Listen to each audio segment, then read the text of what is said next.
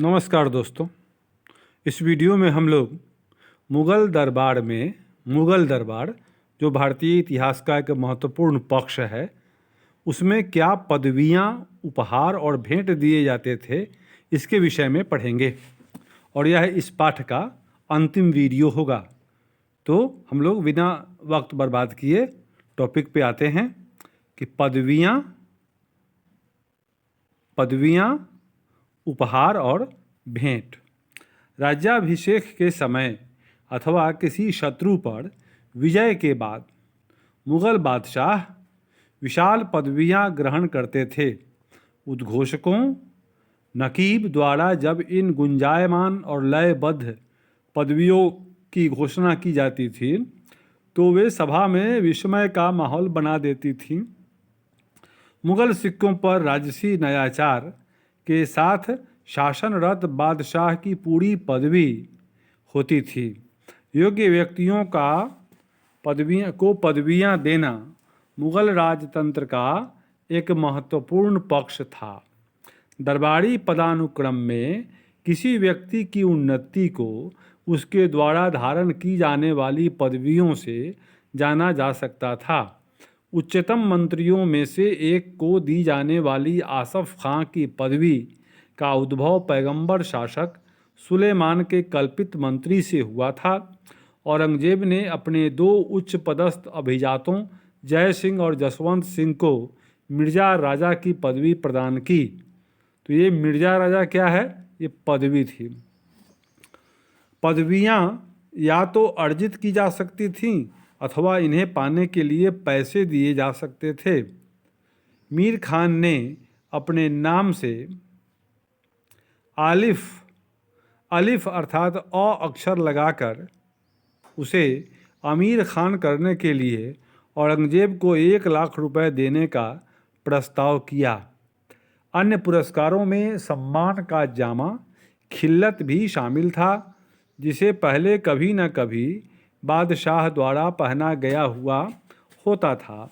इसलिए यह समझा जाता था कि वह बादशाह के आशीर्वाद का प्रतीक है। सरप्पा सर से पांव तक एक अन्य उपहार था। इस उपहार के 3 हिस्से हुआ करते थे: जामा, पगड़ी और पटका। बादशाह द्वारा अक्सर रत्न जड़ित आभूषण भी उपहार के रूप में दिए जाते थे। बहुत खास परिस्थितियों में बादशाह कमल की मंजरियों वाला रत्न जड़ित गहनों का सेट, पद्म मुरस्सा भी उपहार में प्रदान करता था। एक दरबारी बादशाह के पास कभी खाली हाथ नहीं जाता था। वह या तो नज के रूप में थोड़ा धन या पेशकश के रूप में मोटी रकम बादशाह को पेश करता था। राजनयिक संबंधों में उपहारों को सम्मान और आदर का प्रतीक माना जाता था। राजदूत प्रतिद्वंद्वी राजनीतिक शक्तियों के बीच संधि और संबंधों के जरिए समझौता करवाने के महत्वपूर्ण कार्य का संपादन करते थे। ऐसी परिस्थितियों में उपहारों की महत्वपूर्ण प्रतीकात्मक भूमिका होती थी। टॉमस रो को इस बात से बहुत निराशा हुई कि उसने आसफ खां को जो अंगूठी भेंट की थी वह उसे केवल इसलिए वापस कर दी क्योंकि उसका मूल्य मात्र 400 रुपये था। मैंने कम मूल्य वाला होने के कारण उसने उसको वापस कर दिया, तो उसको टॉमस रो को बुरा लगा। शाही परिवार। अब शाही परिवार में क्या था, इसके विषय में यहाँ हम लोग पढ़ेंगे। तो मेरे दोस्तों, लाइन बाय लाइन पढ़ाता हूँ, इसलिए पढ़ाता हूँ कि आपका एग्ज़ाम में कोई फैक्ट छूटे नहीं। तरीका वही है कि आपको जो भी किताब में लिखा हुआ है उसको याद करना पड़ेगा, तभी आपकी पढ़ाई पूरी होगी। चाहे आप जैसे भी पढ़िए, तो बस सीधे लक्ष्य पे निशान रख के आप मेरे वीडियो को देखिए। आप हर बात की जानकारी प्राप्त करने में सफल होंगे और कॉम्पिटिटिव एग्ज़ाम्स में ये हिस्ट्री का चैप्टर आपको बहुत हेल्पफुल साबित होगा। तो हरम का मतलब क्या है? तो हरम शब्द का प्रयोग प्रायः मुग़लों की घरेलू दुनिया की ओर संकेत करने के लिए होता है। यह शब्द फारसी से निकला है, जिसका तात्पर्य है पवित्र स्थान। मुगल परिवार में बादशाह की पत्नियां और उपपत्नियां, उसके नज़दीकी और दूर के रिश्तेदार, माता सौतेली व उपमाताएं, बहन, पुत्री, बहू, चाची, मौसी, बच्चे आदि व महिला परिचारिकाएं तथा गुलाम होते थे। बहुविवाह प्रथा भारतीय उपमहाद्वीप में विशेषकर शासक वर्गों में व्यापक रूप से प्रचलित थी। राजपूत कुलों एवं मुगलों दोनों के लिए विवाह राजनीतिक संबंध बनाने व मैत्री संबंध स्थापित करने का एक तरीका थे। विवाह में पुत्री को भेंट स्वरूप दिए जाने के साथ प्रायः एक क्षेत्र भी उपहार में दे दिया जाता था। इससे विभिन्न शासक वर्गों के बीच पदानुक्रमिक संबंधों की निरंतरता सुनिश्चित हो जाती थी। इस तरह के विवाह और उनके फलस्वरूप विकसित संबंधों के कारण ही मुगल बंधुता के एक व्यापक तंत्र का निर्माण कर सके। इससे वे महत्वपूर्ण वर्गों से जुड़े और उन्हें एक बृहद साम्राज्य को इकट्ठा रखने में मदद मिली। मुगल परिवार में शाही परिवारों से आने वाली स्त्रियों, बेगमों और अन्य स्त्रियों अगाह, जिनका जन्म कुलीन परिवार में नहीं हुआ, उनको हम लोग कहते थे अगाह, और जो राज दरबार की स्त्रियां थीं वो थीं बेगम, में अंतर रखा जाता था। दहेज मोहर के रूप में अच्छा खासा नकद और बहुमूल्य वस्तुएं लेने के बाद विवाह करके आई बेगमों को अपने पतियों से स्वाभाविक रूप से अगाहों की तुलना में अधिक ऊंचा दर्जा और सम्मान मिलता था। राजतंत्र से जुड़े महिलाओं के पदानुक्रम में उपपत्नियों को अगाचा की स्थिति सबसे निम्न थी।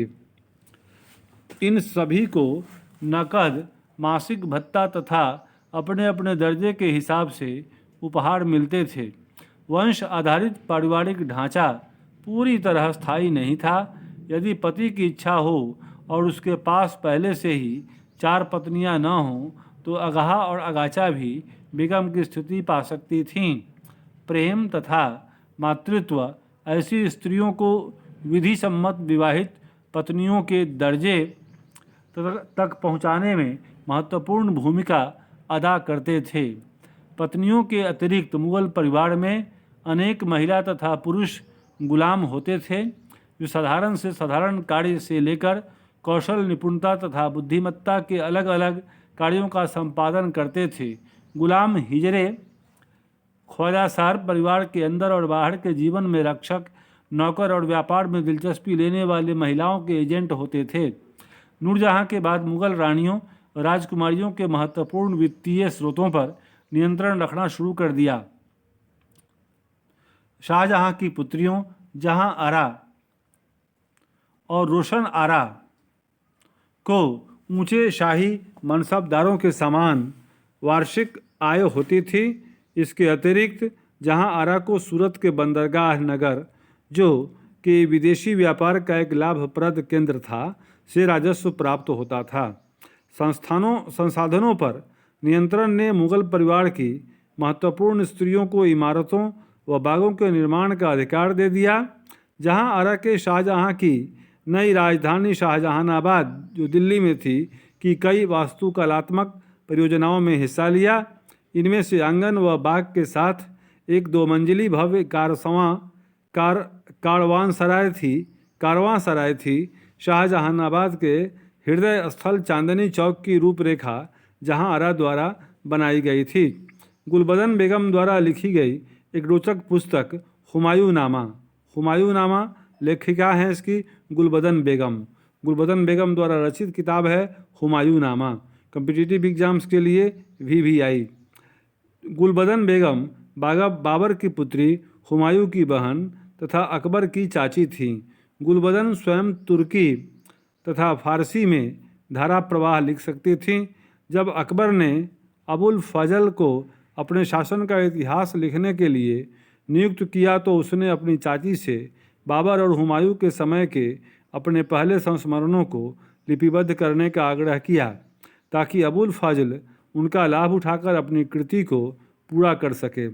गुलबदन ने जो लिखा वह मुगल बादशाहों की प्रशस्ति नहीं थी, बल्कि उसने राजाओं और राजकुमारों के बीच चलने वाले संघर्षों और तनावों के साथ ही इनमें से कुछ संघर्षों को सुलझाने में परिवार की उम्र दराज स्त्रियों की महत्वपूर्ण भूमिकाओं के बारे में विस्तार से लिखा।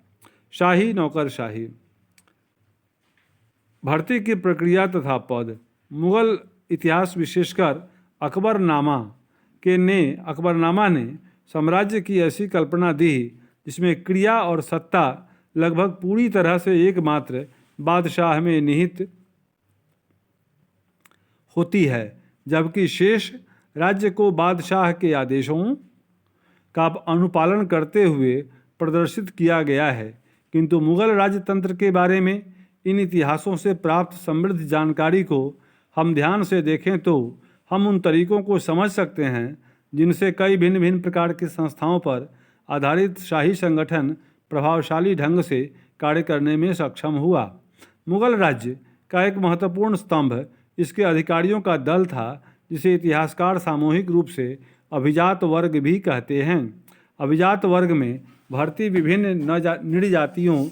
निरी जातीय तथा धार्मिक समूहों से होती थी। इससे यह सुनिश्चित हो जाता था कि कोई भी दल इतना बड़ा न हो कि वह राज्य की सत्ता को चुनौती दे सके। मुगलों के अधिकारी वर्ग को गुलदस्ते के रूप में वर्णित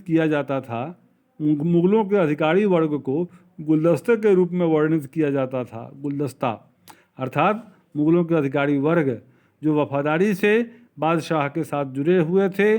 साम्राज्य के निर्माण के आरंभिक चरण से ही तुरानी और ईरानी अभिजात अकबर की शाही सेवा में उपस्थित थे। इनमें से कुछ हुमायूं के साथ भारत चले आए, कुछ अन्य बाद में मुगल दरबार में आए थे। 1560 से आए भारतीय मूल के दो शासकीय समूहों राजपूतों व भारतीय मुसलमानों शेख जादाओं ने शाही सेवा में प्रवेश किया। इनमें नियुक्त होने वाला प्रथम व्यक्ति एक राजपूत मुखिया अम्बेर का राजा भारमल कछवाहा था, जिसकी पुत्री से अकबर का विवाह हुआ था। शिक्षा और लेखाशास्त्र की ओर झुकाव वाले हिंदू जातियों के सदस्यों को भी पदोन्नत किया जाता था। इसका एक प्रसिद्ध उदाहरण अकबर के वित्त मंत्री टोडरमल का है। अकबर के वित्त मंत्री Todarmal VBI question for competitive exams जो खत्री जाति का था। टोडरमल किस जाति के थे? तो खत्री जाति। जहांगीर के शासन में ईरानियों को उच्च पद प्राप्त हुए। जहांगीर की राजनीतिक रूप से प्रभावशाली रानी नूरजहां ईरानी थी। औरंगजेब ने राजपूतों को उच्च पदों पर नियुक्त किया। फिर भी शासन से अधिकारियों के समूह में मराठे अच्छे खासी संख्या में थे। सभी सरकारी अधिकारियों के दर्जे और पदों में दो तरह के संख्या विषयक ओहदे होते थे। जात शाही पदानुक्रम में अधिकारी मनसबदार के पद और वेतन का सूचक था, और सवार यह सूचित करता था कि उसके सेवा में कितने घुड़सवार रखना अपेक्षित था। 17वीं शताब्दी में 1000 या उससे ऊपर जात वाले मनसबदार अभिजात उमरा, जो कि अमीर का बहुवचन है, कहे गए। सैन्य अभियानों में ये अभिजात अपनी सेनाओं के साथ भाग लेते थे तथा प्रांतों में वे साम्राज्य के अधिकारियों के रूप में भी कार्य करते थे। प्रत्येक सैन्य कमांडर घुड़सवारों को भर्ती करता था, उन्हें हथियारों आदि से लैस करता था और उन्हें प्रशिक्षण देता था। घुड़सवारी फौज मुगल फौज का अपरिहार्य अंग थी। घुड़सवार सिपाही शाही निशान से पार्श्व भाग में दागे गए उत्कृष्ट श्रेणी के घोड़े रखते थे। निम्नतम ओहदों के अधिकारियों को छोड़कर बादशाह स्वयं सभी अधिकारियों के ओहदों, पदवियों और अधिकारी नियुक्तियों के बदलाव का पुनरीक्षण करता था। मनसब प्रथा की शुरुआत करने वाले अकबर ने अपने अभिजात वर्ग के कुछ लोगों को शिष्य मुरीद की तरह मानते हुए उनके साथ आध्यात्मिक रिश्ते भी कायम किए। अभिजात वर्ग के सदस्यों के लिए शाही सेवा शक्ति, धन तथा उच्चतम प्रतिष्ठा प्राप्त करने का एक जरिया थी। सेवा में आने का इच्छुक व्यक्ति एक अभिजात के जरिए याचिका देता था, जो बादशाह के सामने तजवीज़ प्रस्तुत करता था। अगर याचिकाकर्ता को सुयोग्य माना जाता था तो उसे मनसब प्रदान किया जाता था। मीर बख्शी उच्चतम वेतनदाता खुले दरबार में बादशाह के दाएं ओर खड़ा होता था तथा नियुक्ति और पदोन्नति के सभी उम्मीदवारों को प्रस्तुत करता था। जबकि उसका कार्यालय उसकी मुहर और हस्ताक्षर के साथ साथ बादशाह की मुहर और हस्ताक्षर वाले आदेश तैयार करता था।